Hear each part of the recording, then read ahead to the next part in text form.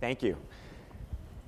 This is what I would describe as the shiny new toy panel, which is that we have a number of startups here. Some are not really even startups anymore because we have one that's a publicly traded company. I don't know if you can consider yourself in the startup mode or even the early stage mode of life. But in part because I imagine there's some people here who know who these people are and what they do, and I imagine there are other people who don't, since they still have a little bit of ways to go. I'm going to call it pre-roll. Everybody here is going to get 2 minutes to do a quick, what I'll call pre-roll on what they do. You are in the pre-roll business. I am. So you can start. But just explain what it is that you do, and most importantly, do this. After you tell everybody what you do, what has been the biggest marketing challenge for your company? Great, so thank you. So Bill Day, I'm the CEO of Tremor Video. We focus on helping brand marketers leverage online video. And that's a technology thing, and that's a scale thing, and that's a media and publisher relation thing, putting together solutions for the people who spend a lot of money right now on television and print. And the challenge I think we've had is really communicating. It's not so much awareness, it's communicating competitive differentiation, so why we're different than other people in the space, Google being one. And the other one is that you can take your brand dollars and put them on the internet, because the internet really till 2005, 2006 really grew up as a search and direct response vehicle, and for lots of reasons there was not a lot of impetus to bring brand dollars into and onto the internet, but bandwidth and video and people now consuming their television shows or original programming across more and more devices has created an opportunity for them to do that. And just to put a fine point on it, because it's a little bit amorphous what you do in terms of the description. Just explain, give one example of what you do. Yeah, so we actually analyze video. So one of the challenges in video is targeting, right? Because the video format's much, much harder than display, than web pages, if you will. And so we work with a client, let's say a big CPG client, to help them understand how to put their ads in front of the right customers online based on external data, based on our own internal data. And then we look at measuring the impact of the advertising. In this particular case, it could be a food manufacturer that has stated competitors that they want to understand the impact of their advertising against their competitors, so after they run their campaign, they get an idea of shifted purchase intent. And we can target, we can optimize, and then we can measure results and come back to them with measurements around the impact of purchase intent for people who frankly reported that they had a predisposition to buying a competitor product until they saw the advertising. Okay, Scott, what do you do? So I'm with Lending Club, and not to be confused with Lending Tree. Exactly. I think is a marketing challenge unto itself. It was indeed. So what we do is we operate an online credit marketplace where borrowers can come, creditworthy borrowers, and apply for loans. We underwrite the loans and assign risk and an interest rate that corresponds to that risk, and then we connect them on the other side of the business with investors who fund those loans at the time of origination and earn the interest as the loans are paid back. So do it with me. So I'm buying an apartment, and instead of going to Chase or to Bank of America, I go to you and I say that I'm going to need, is that how? It's funnier still. The number one use for the product right now is actually you racked up credit card debt because you just got your first job in New York and you had a little when you got out of school. You come to us and you get a loan that's typically 20 or 30% below average credit card rates, instead of going to a bank, because a lot of banks aren't making personal loans anymore. If they are, they're difficult to get. You need to be a bank customer. You need to have a deposit. Okay, so I'm a lousy credit, or maybe I'm an okay credit, but I've had some problems. You have to be a good credit. Okay, hopefully a good credit, in which case I shouldn't become, I don't know why I'd be coming to you, but if let's say I'm a good credit, I come to you, I need your help. Yep. You then find this gentleman here, yes, who's looking online for some investment opportunity. So what we would do is we would find, let's say you needed $10,000, and you would come to me again because we would save you money versus your other options, and because you can do it instantly and all online. And we would find 400 people like him, and they would each give you $25. And then they would take, let's say they were each investing $10,000, they would spread that money over hundreds of borrowers and therefore diversify their risk across a portfolio of borrowers. It would be seamless to you. All you would know is within a matter of hours, your loan would get funded. But the funding would actually come from hundreds of different people. And the big opportunity is not just the guy with bad credit or the good credit in this case, but somebody who's looking for mortgages long term. What is the long-term goal? Our initial market that we're in is personal loans. And just to think about that space, if the number one use is paying off credit card debt, there's about $850 billion in credit card debt in the US right now, outstanding, and about $300 billion of that meets our credit policy, so it's a huge market. And this year we expect to do about $2 billion in total loans, which is up from $100 million 3 years ago. And biggest challenge getting that word out besides the lending club, lending tree? Hopefully we're going to be over that soon. You're making it worse. I'm sorry. The biggest challenge for us is really, it's a financial transaction on both sides. So it's building trust and credibility for, in both cases, you're giving us sensitive information. In both cases, it's pretty critical financial transactions. So building trust and a reputation from scratch is the big challenge. And I should say that Larry Summers is an advisor. So you should be very happy that, are you happy or sad that he's not going to become our next Federal Reserve Chairman? Well, if he had been, he would have had to step off our board, which would have made me sad, but then you can be happy. Whatever makes him happy makes me happy. Clara, Hearsay, tell us about it. Hearsay Social is a social media-based software for salespeople. And what we do is we help mostly large banks and insurance companies, highly regulated organizations, manage all of their social media presences that would be a customer touch point. Now, traditionally, people think about that as a company page or a brand page on a Facebook or on a Twitter, on LinkedIn, but actually, a source of the most valuable earned media conversations actually takes place on the pages and profiles of your financial advisors, of your insurance agents, of your employees who are out there acting as brand ambassadors. So we help manage that entire set of conversations, both from the Hear side of things, which is a big data-driven set of algorithms, as well as the Say part of Hearsay, which is a content library that's seeded by corporate and division marketing. Okay, let's do an example too. We're going to do a demo. Okay. So just because you were showing it to me before on the app, and it's worth going through. So I am an insurance salesman, for example, and I have a Facebook account, I have a LinkedIn account, I have a Twitter account, and what other things would I have? You could have a Google Plus account, Google Plus LinkedIn. account. And now, what was so amazing to me about this is your service is going through all of my friends and looking to see when their birthdays are, when they've had a new job, when they moved, all these types of issues. But one of the things that I couldn't figure, and those are supposed to be trigger points. That's right. Trigger points for me as the salesman to then call. Yeah. How do I get if I'm the insurance salesman, how do I make new friends though? I have to get how do I get all my clients onto Facebook? That's what to be my friend on Facebook. That's what insurance agents do. And at the first day of training, a lot of these companies, you're asked to bring your church directory, your yearbook from high school, from college. These are relationship-based sellers who are often leaders in the community. And I think the perfect example is a farmer's insurance agent we work with on the West Coast. His name is James Peregrino, and he owned a jewelry store for many years. In 2008, during the financial crisis, his jewelry store went out of business, and he was unemployed and looking for his next line of work. Well, James has always been a leader in his community. He's always volunteered. He knows everyone in the town. And so his friends and family encouraged him to go into insurance. And what he realized was that he became one of the top producing reps on the West Coast in a very short amount of time, over the span of 18 months, just from using and working with the relationships that he'd been cultivating over a lifetime.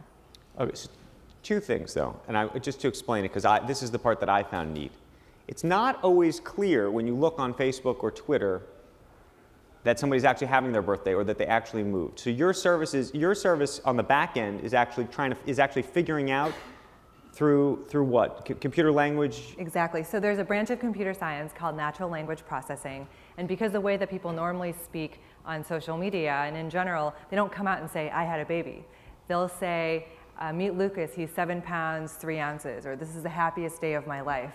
And so the tough technology problem to solve that we have an entire army of set of engineers in Silicon Valley trying to figure out is translating what people say into what they mean and finding the business opportunities out of that based on what products or services that particular salesperson sells. Okay, now one last thing, and then I want to get to Hayley. The issue here, though, is not only do you identify who's having their momentous occasion, whatever that occasion is, as a business opportunity, you then will actually send them messages, pre-written messages, which makes me anxious because I'm thinking that this is like some computer is sending me a note saying congratulations on the baby. Does it ever get it wrong? So it's not automated and it's not completely pre-written. There's certain guidelines that we have to put into place because these are highly regulated industries and there are laws around what can and can't be said. For example, you can't guarantee returns. But what we do is we work with the marketing teams in these banks and insurance companies who at the corporate level, as well as at the line of business level, they'll put in suggested content. So it's not going to say congrats on the baby without pressing enter first. No. Oh, Nothing about it is automated. It's really about using big data and this content, and instead of putting it in the form of brochures and 20-page PDF reports, we're reformatting it for the Facebook era and putting it in the hands of these salespeople who can then add their personal touch to it. I only ask because I have an automated little thing that I do on my iPhone since it's so hard to type, where if I have lunch with someone, I just press 2 letters and then it says, thanks so much for lunch. It was really nice to meet you, blah, blah, blah, blah, blah, blah. All you have to do is press 2 letters. And I think I've gotten that note from you. Yeah, probably.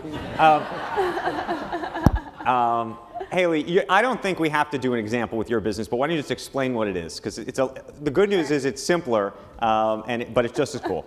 More complicated than you would think. So Birchbox is the best place to discover and buy beauty, grooming, and lifestyle products online. So consumers, they sign up, they fill out a profile, tell us a little bit about themselves, their age, their style, their preferences, and we send them a customized set of samples each month. We then follow up with editorial, articles and videos teaching them about those products, what trends they relate to, how to use them. And then we sell full-size versions of the products we sample, as well as a broader assortment of the best beauty, grooming, and lifestyle products. For the brands that we work with over 500 brands. We're like a hybrid marketing and retail channel, helping them access new customers, getting them excited to buy their product or get introduced to their brands for the first time. So how many boxes do you do? You do a women's box, you do a men's box, but you have different types of boxes. So we have a women's product, it's $10 a month. Birchbox Man is $20 a month. Why so much more expensive for us guys? So the women are actually jealous of the men's box because it has, instead of samples, it also has a full-size lifestyle product. So it'll have like headphones, it'll have a pocket square. This month we're sampling really cool like wicking t-shirts. So you get more value. Okay, so just help us with the business model. So if I get the box, I pay $20 a month for the box, yep. And you put a pair of headphones in, or I saw last month you put in a Clara bar or something. This was maybe a couple months back. It's been done before. Been done before. Do you pay the headphone company or Clara bar retail for the bar? Do they give it to you at a discount? Do they give it to you for free in hopes that then your customer then buys? How does it work? Yeah, so lifestyle samples are a little bit different, but the majority of what we sample is in the beauty and grooming space. And that's an industry that's been sampling for decades. There is a big budget for that, and we can get them the best ROI for those samples. So every deal is different, but typically we are not paying for those samples, but we're sending them to a targeted selection of customers, and we're getting those customers to convert, and we're very focused on measuring free. the ROI. They're sending to you for free. Yeah, we've got good margins. So people paying $20 and but how much does it cost to actually send the box, by the way? That's set by the U.S. Postal Service. So I know, but you have to pay. The good thing is that beauty samples are quite small and light. So it's not that much to ship it. Okay.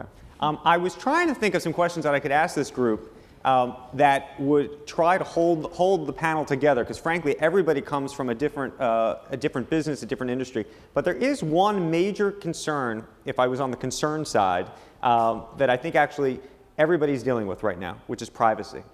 Because everybody here has some type of privacy issue, whether you're doing advertising, whether you're doing lending. You clearly are in everybody's LinkedIn and Facebook accounts. And then, by the way, I'm assuming Birchbox has a privacy issue unto itself because there are people who are buying certain products.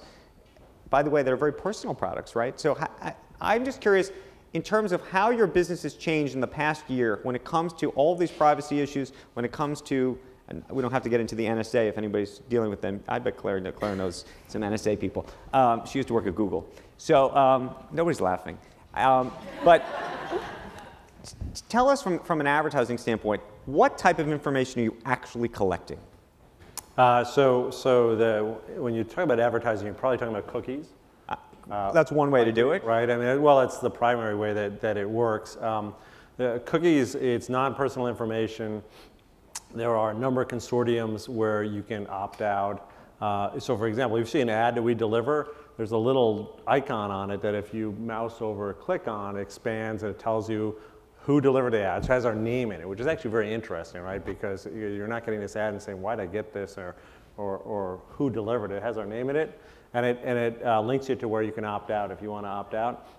The cookies are used to track your behavior across websites. And it has the advantage of marketing to you based on something you've shopped for last week, or the advantage of saving sort of preferences and things like that, obviously, across the range. We've been careful. So first of all, we've been out there in terms of participating in all the disclosure and the opt-out strategy and stuff like that. Do you ever opt out personally? Do I ever opt out? Yeah. No, I don't, because I think that frankly, and I think this is where most people, I've been in advertising now, online advertising, really for almost 25 years. I started at Prodigy in the late 80s, so I have a length of tenure in online that's pretty damn long. Before it was sold to CompuServe? No, Prodigy was sold to CompuServe? US West. Right. US West, long time ago, right? So I've seen the whole digital advertising debate go back and forth. And I think the issue just comes down to, it's not the NSA, you're aware it exists, a greater understanding of what it's used for, and a value equation, the quid pro quo of what am I getting and what am I receiving for this. Is it an experience that is one that's beneficial, all told, including the access to all the content or not? And I think there's always this debate of subscription versus advertising revenue, and in my mind, it always clearly comes down to most people prefer free content mixed in with advertising. The issue is, how great can the advertising be? How heavy is the ad load? Meaning, how many ads do I have to see in the overall experience? The ad load on the internet is actually much lower in video than it is, say, in television. If you were a regulator, would you regulate the business? And if you were going to, how would you do it? I would look at just what's going on right now, which is regulate the use of privacy. So you have companies who are basically stating what they use it for. It's non-personal information. You can opt out and have access to understanding why it's used. How easy should it be to opt out? Should there be a little button at the top of every browser that just says opt out? You'll see some of that, I think. But I mean, as I said, in our case, when you see the ad, it's literally as easy as one click. It opens up a screen, right. It basically comes up, and then you can click again, and it takes you to the page where a third click and you're out. You're delving into a much more regulated business, I imagine, that also has its own privacy concerns, but also has a number of other regulatory issues. Yeah, we're highly regulated on both sides of the business. On the loan side, we fall under, Equal Credit Opportunity Act and Truth in Lending and a whole bunch of other, just as a bank would. And on the investing side, we issue securities that are registered with the SEC. We have our own registered investment advisor. So it's... How different is it than Bank of America in terms of its regulatory structure? I think what's you have less, what's obviously. not different is the protections for the consumer and for the investor. What is different is, a lot of the things are on capital reserve requirements, which came out, the whole safety and soundness of banks. Because we are not taking in deposits that the federal government needs to back up in case we make bad lending decisions. The risk is on the investor side. We therefore don't fall under a lot of those things that I think are in place for a good reason, but they do add a lot of cost. Are there income requirements? If I want to invest in the guy who's got the $10,000 credit card loan, then There are, and those are set by state. There are minimum eligibility requirements. So we're in the state of New York. How much do I need if anybody in this audience wants to do it right now? Minimum income is $70,000 on the investor side. Okay. Clara, tell me about this. You're looking through all sorts of different people's web pages and websites. Now, everybody's giving you access to that, right? But Is there a way for me to get out of it if I don't want you looking through my stuff? Yeah, of course. Everything is opt-in, both on the consumer side as well as on the employee or insurance agent, financial advisor side.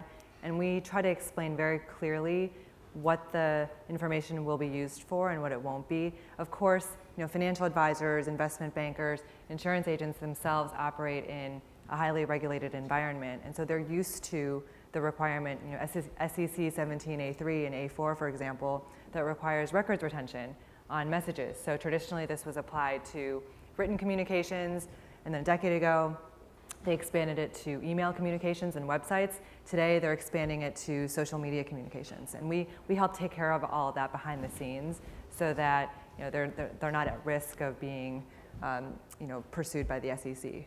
Okay, Hayley, I'm going to go a slightly different direction on you. So before I got here, I went online, I put in Birchbox on Google, and under you, there's some reviews, and you are loved. I should tell you, lots of 4 and 5 stars and all of this good stuff.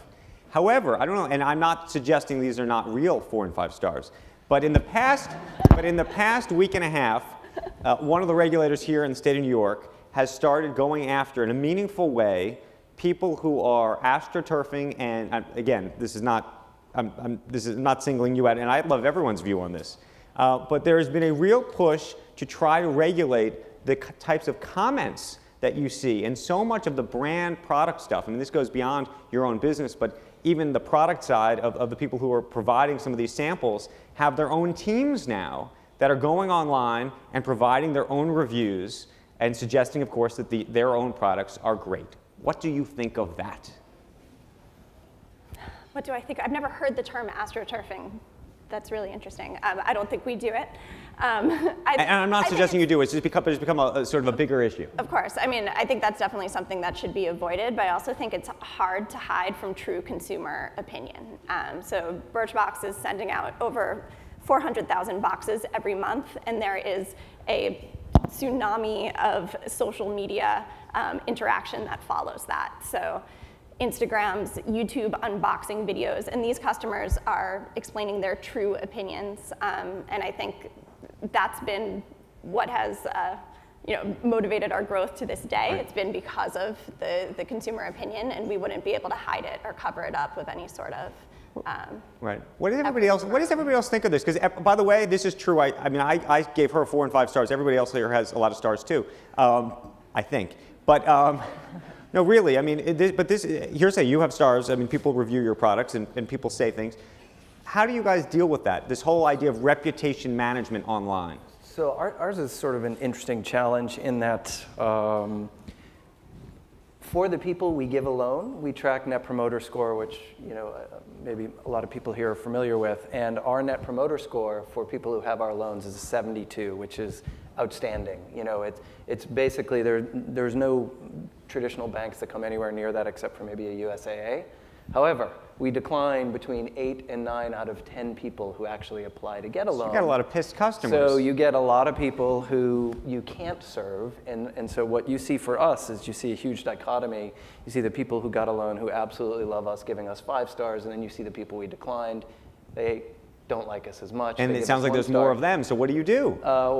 Till now, we've come out in the middle, which is better than most other lenders come out. So if you look online, unfortunately, we can't.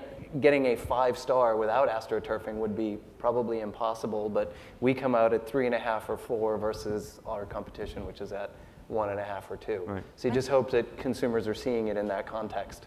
I think consumers are suspicious if you only have 5-star reviews and no negative reviews. I mean, there's research that backs us up.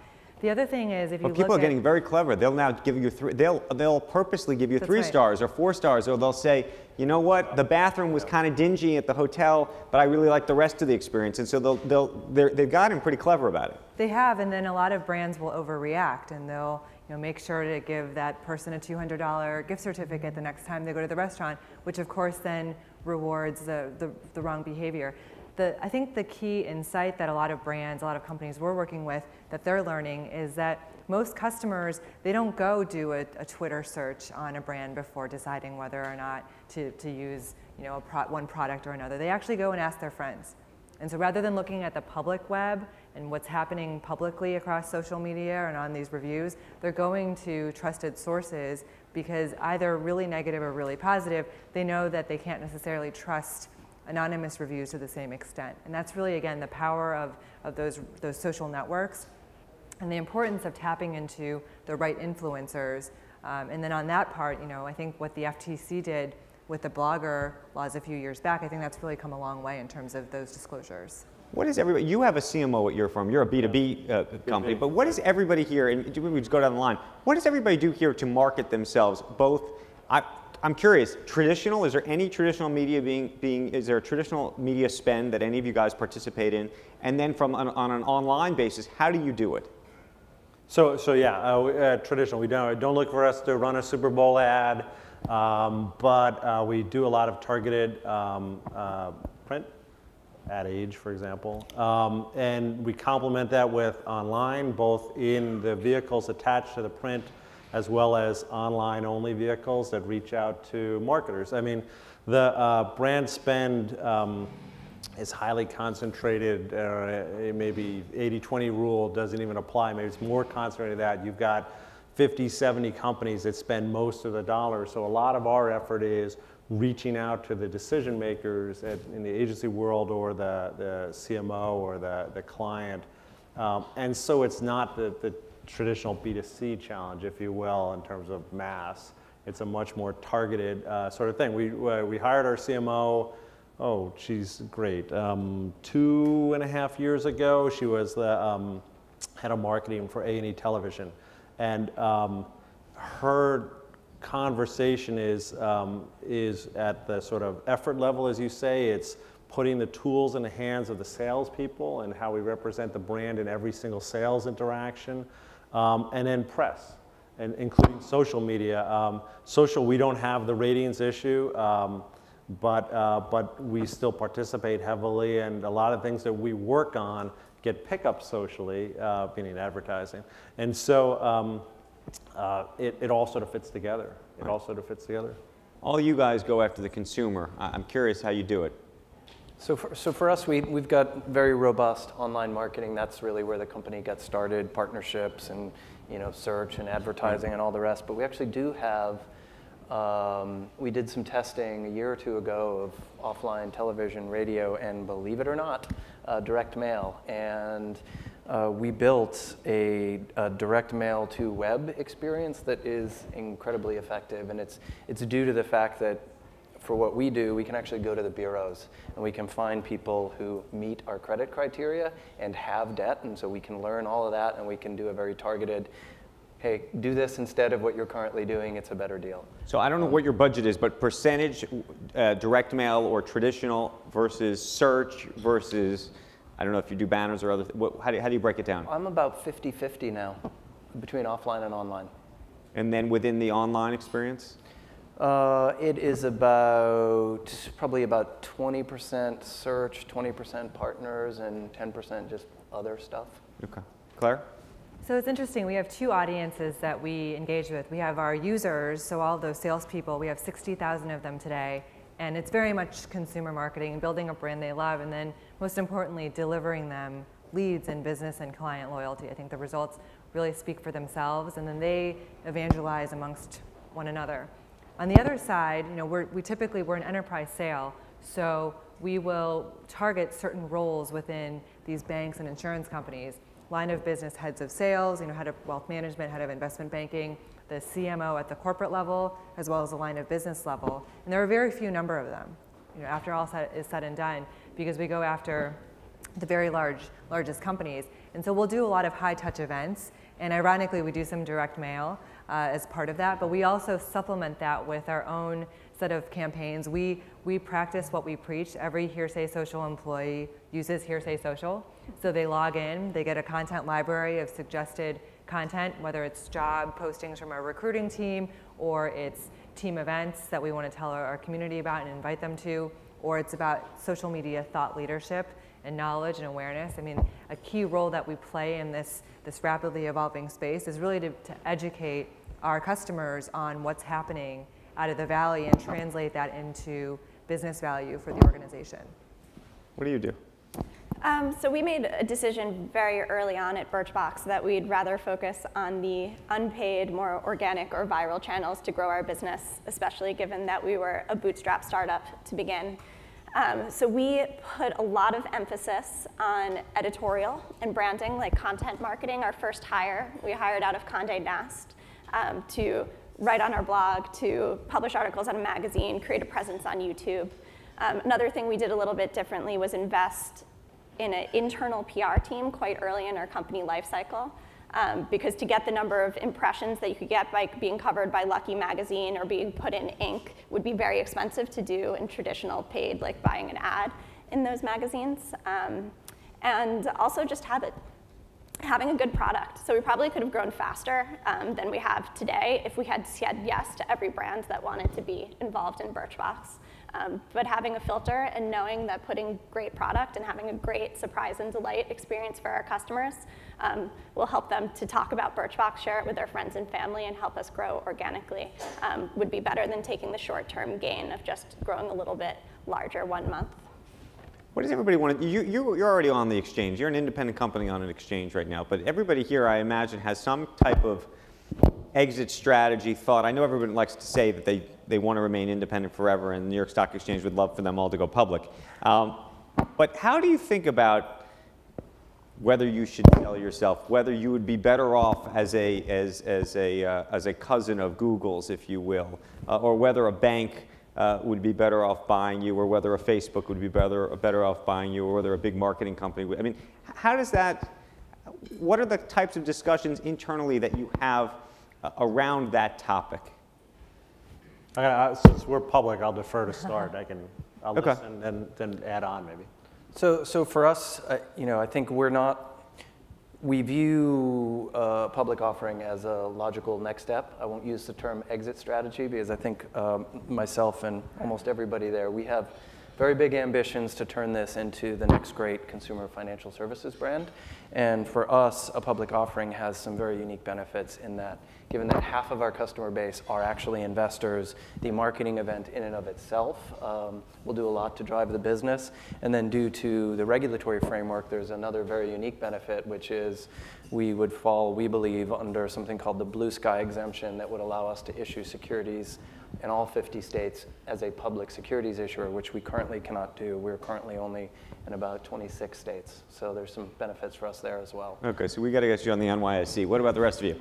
So our company value, top value, has always been customers above all. Every single person in the company knows this and tries to live and breathe it every day. And so, I mean, we recently just raised another round of private financing. Last week, $30 million from Sequoia Growth. We did it because we wanted to finance more innovation for our customers. And we do believe that there are inherent structural advantages to being independent because social media, social selling, is a very nascent and rapidly evolving space. And the smaller we can be and stay, the more nimble we can be on behalf of these large companies that we work with. So we really use that as our guiding principle, whether deciding whether to sell it down the road or go public. We'll always look at it through the lens of our customer. But before we leave you on that one, the public versus private debate. So one of the things that has changed in the startup world or in the growth market world has been so many companies now have either their shares on something like a second market, or they have secondaries and they allow insiders to get out. Your experience with that, because you've done it, it changes a little bit of the incentives, both probably for good but also for bad. Do you have a view? My personal point of view is that we all have to be in it to win it, and the more that we can have our investors and our employees with skin in the game, I mean, that so really helps have you ever allowed an investor to sell out? Not an investor, rather, but an employee to sell early? We've had those discussions, and to date, we want everyone focused on creating a very valuable company before we'll entertain. Staying on message, that's very good. Yeah. So we allowed people to sell in a private transaction. It wasn't second market, but they were fundraisers that funded people getting liquidity. Not me, but earlier stage people in the company who in many cases weren't even there anymore, right? And that's one of the pressures I think you're talking about is typically companies consider going public just because they've got all this sort of built up pressure of early stage investors or early stage employees, particularly if they're not there anymore, who want liquidity, and if they own a decent stake, they can be pretty demanding. And so there are more options now, whether they're what we did or second market, to handle that particular pressure, which I think is good, by the way, because then you're going public for, I think, the reasons that align more to the long-term growth of the business and the opportunity, as you spoke to, in terms of it helping take your business to the next stage, and you're not going just because you have investors that have an issue. Do you have a view on this? You there yet? Both questions, sure. Yeah. So first, in terms of how my co-founder and I talk about the long-term goal for us, we use this word inevitability. We just want Birchbox to be inevitable, to be a sustainable cornerstone of how the beauty industry does business. And we have a lot of options open to us at this point. We could do that independently, but we could also see a way that partnering with another company could supercharge that inevitability. And I think I have a slightly different view than Clara, actually, in terms of taking some money off the table could actually be even more motivating for employees. It's expensive to live in New York City. A lot of early employees started when it was just a dream, and allowing them to take just a small % of their vested shares off the table to pay back their college loans, to maybe put down a down payment on an apartment, can get them motivated to shoot even farther, to swing for the fences. You have a final view on that? Yeah, so we have conducted, I believe, 2 now secondary transactions with the goal of, our company started in 2006. There's been investors who've been with us for a long time, and allowing early stage investors seeking liquidity a chance to at least partially liquidate and bring in later stage investors who have a longer term view, who want to be with us for the next 7 years. And to Hayley's point, we also enabled employees to take partial, so we controlled it in the sense of how much people could sell. It was enough to get people excited and make it feel real, but know that they still had the majority of their stake in making the company long-term successful. Right. And we definitely have viewed it as a positive within the company. Okay, final question, and then we're going to open it up and try to turn this into a conversation with the audience. And this is, I have not told them this is coming, and so I don't know if they're going to like this question or not. At all, which is, it's a question about ageism, actually. All of you guys are the shiny new toys, and all of you are relatively young. I don't know if you want to tell the audience how old you are or not, but I did a piece in the New York Times Magazine, T Magazine, about 6 months ago, about startups and entrepreneurs, and the idea that actually most of the great successes that have occurred over the last 50 years, if not longer, have been founded by people who have been under 35, in some cases under 30 years old. Peter Thiel, who's an early investor in Facebook and many others, has said that he will not invest in companies that are founded by people under 30. Just doesn't believe that they will therefore be successful. And to give you examples, obviously, Mark Zuckerberg and Bill Gates and Steve Jobs, but even people like Ralph Lauren. Warren Buffett started when he was 26. He started his firm. Estee Lauder did it when she was 28, I believe. Do you believe that there is an opportunity for successful companies to be built by people that are older than 35 years old? I ask it in the most serious way, and let me proffer this. And this is what Peter Thiel will tell you.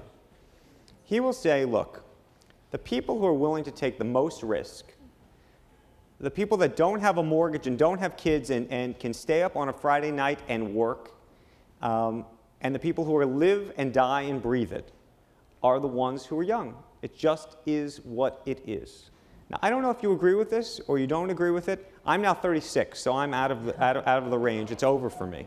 But I figured I'd ask the question because you all are young and you all have started some pretty cool stuff. So I'm almost 50. I'll be 50 next June. So I guess I'm way over the hill, huh? So I don't agree. I think there's something to entrepreneurism that is in you or not, or can be developed. But frankly, I mean, I work every day, every day. So and I know, and there was a huge debate in our company. It's really interesting. Because the average age in our company is probably 26, 27, and I'm sure people have had this whole millennial conversation. We employ a ton of them, and they are incredibly hardworking, aspirational, do everything to be successful. And so the whole description of millennials and sort of this sort of, you need to put it to me on a plate and, you know, kiss my ass kind of to work in your company, I haven't seen that either. So I'll go down the path and say that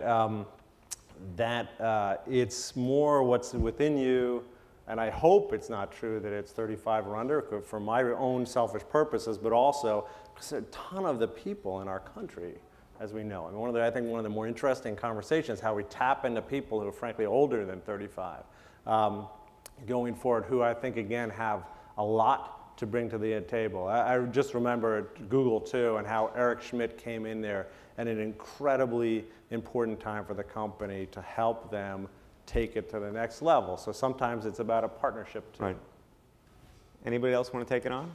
Yeah, I'd say that I disagree with that statement. I mean, I am not over 35, but I see plenty of entrepreneurs who do very well, and they bring a set of different experiences and pros and cons. I'd say it really comes down to three things, and maybe those three things during this particular age are more correlated with people who are under 30 or 35, but I see these attributes in people of all ages. So the number one thing is the risk-taking mentality, and maybe you're born with it. Maybe it's also because you have more to lose when you're further along in your life and in your career versus when you're in your 20s and you have really nothing to lose and you just go for it.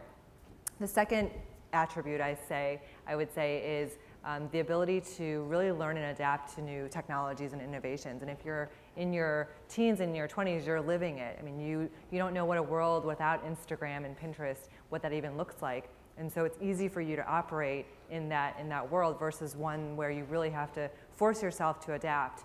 And then the third one is really the commitments, right? A lot of people through various life events will have more commitments when they're older, but that doesn't mean that they can't find, you know, their family members or others to help take care of that. We actually see these differences a lot in the financial advisor populations we work with. We initially assumed that only the young advisors who were just joining these large banks would be interested in social selling, but we were actually seeing that while that's the case, there are a lot of long-standing, very tenured advisors who are also embracing these technologies because they recognize that in order for them to even keep their revenue flatline, they have to keep innovating and they have to keep adapting. I'd add one more list to that, one more thing to that list that's inversely correlated with age, but the ability to question the status quo. Because I think the older you get or the more entrenched you get in an industry, it's harder to imagine how to do things differently. Yeah.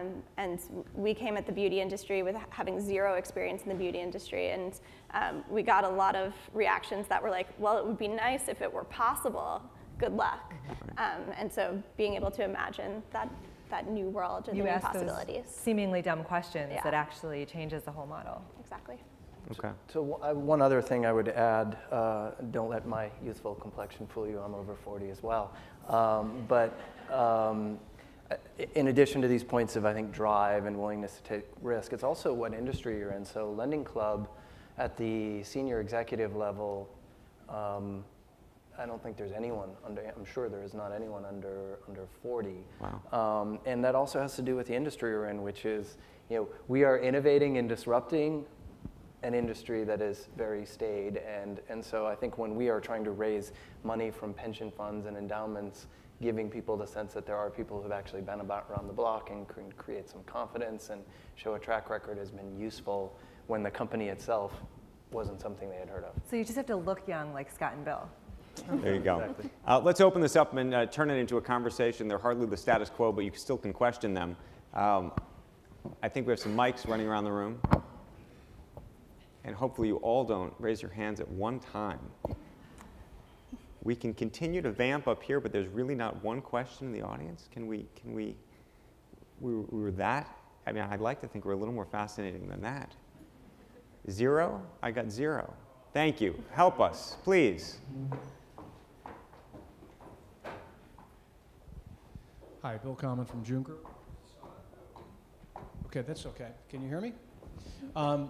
Clara, quick question for you. How come your service, you haven't taken Hearsay Social out to the advertising and media world as one of your product lines? That's a good question. We are starting to enter the paid media world, and the way we're doing it is recognizing that traditional broadcast paid media doesn't work as well as it used to. And so if we're focused on the earned media on the organic side, we wanted to first build the infrastructure for Allstate Insurance and all of their thousands of agents out there who have a Facebook business page and a LinkedIn profile, to have those connections and to be findable with a profile that represents them as individuals, unique individuals, but also the profiles are aligned with brand guidelines and with regulatory requirements. And then once we have that infrastructure in place, then I'm sure many of you in this room know that the most successful, most effective social media campaigns are sponsored stories. It's the intersection of paid, owned, and earned, and you're taking organic conversations and you're paying for a greater number of impressions, and you're using people, the prospects, the people that your prospects already know, to market to those people. And so once we have that, I wanted to lay that groundwork for those organic conversations, which we've done, and now it's time to layer on the paid piece, which will just accelerate those conversations. Thank you. Any more questions? We have a question right here in the Thank you. Thank you for starting a trend. Appreciate that. Up the bidding. This is a question for Hayley in terms of Birchbox. Interested to know whether or not you think retail stores are dead in your world, because obviously it doesn't look like that's a direction you would head in, and you're disrupting, I suppose, what your average department store would do with beauty products and sampling and Yeah, retail. that's a great question. My viewpoint is that retail is not dead, that we'll just find in the proper equilibrium between offline and online, and that for many industries we're still shifting online. But Birchbox was built to make buying a beauty product online easier by delivering you a physical box so that you could touch, try, and feel it. And stores are quite good for that touch, try, and feel experience. So you've seen a lot of e-commerce brands start online and then actually go into brick and mortar. So Bonobos is one example. Warby Parker is having a lot of success with their stores. We just did a pop-up shop in Chelsea Market during Fashion Week. It was the first time we'd ever sold product in real life, and we were blown away by how successful it was. So it's something that could be in our future. Of course, we will stay online, but maybe finding the right equilibrium within Birchbox could make sense. What percentage of your business is retail, meaning actually selling the products that people sample in the box versus the box? Yeah, so about half of subscribers will go on to purchase a full-size product on Birchbox.com. A lot of transactions also happen at other retailers, right? They'll be passing Sephora or the department store on the way home, and they'll make a transaction there. But in terms of percent of revenue, it's a sizable portion for us. Got it. There's a question right there. Hayley, my question's also for you. You talked about at the beginning of when you guys were starting out, you very much put an emphasis on organic marketing and public relations and that sort of thing. Is that still kind of the route you guys are going, or as you're expanding, do you see other opportunities for how you guys can market yourself better? Yeah, so the organic unpaid channels are still our emphasis. We see a lot of runway there, but we have put in place some performance marketing. So we do things like retargeting that's very effective. Of course, it's like low-hanging fruit to do some search engine marketing, especially on our brand term. And we're actually getting into the phase where we're thinking of doing pure branding advertising. So getting the idea of Birchbox out there as a high-end luxury retail brand is something that we're considering spending on as well. There's a question right there in the middle. Yes, sir.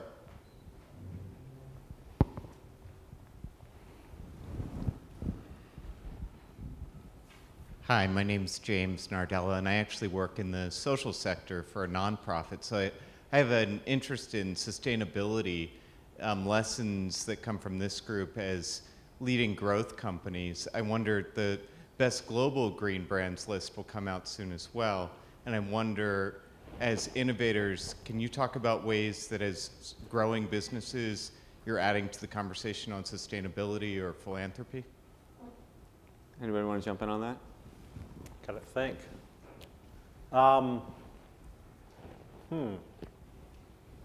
Sorry. I mean, so from a philanthropy standpoint, yes. I mean, from a sustainability standpoint, since we're not really displacing, you know, it's television advertising going to online video and how the two work together. Media, maybe one of the other commentators that's thinking through the issue of actually physical footprint in retail stores versus online can give a better comment. Hayley, you ever done a philanthropic box? Yeah, and I could talk about sustainability as well. So we're very sensitive to the issue of sustainability. It could be perceived that shipping, you know, 500,000 boxes across the country every month could be not great for the environment, and it's something we feel strongly about. So first of all, we truly believe that the Birchbox service helps you buy smarter, and what we're doing by helping people sample products in advance is avoiding the product graveyard. So all those full-size products that you bought without trying it, hoping it would work from you, and you end up throwing it out.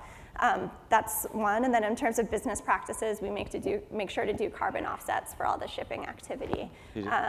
We also use post-consumer materials for our packaging, and we make sure to bring that sustainability into our office practices as well.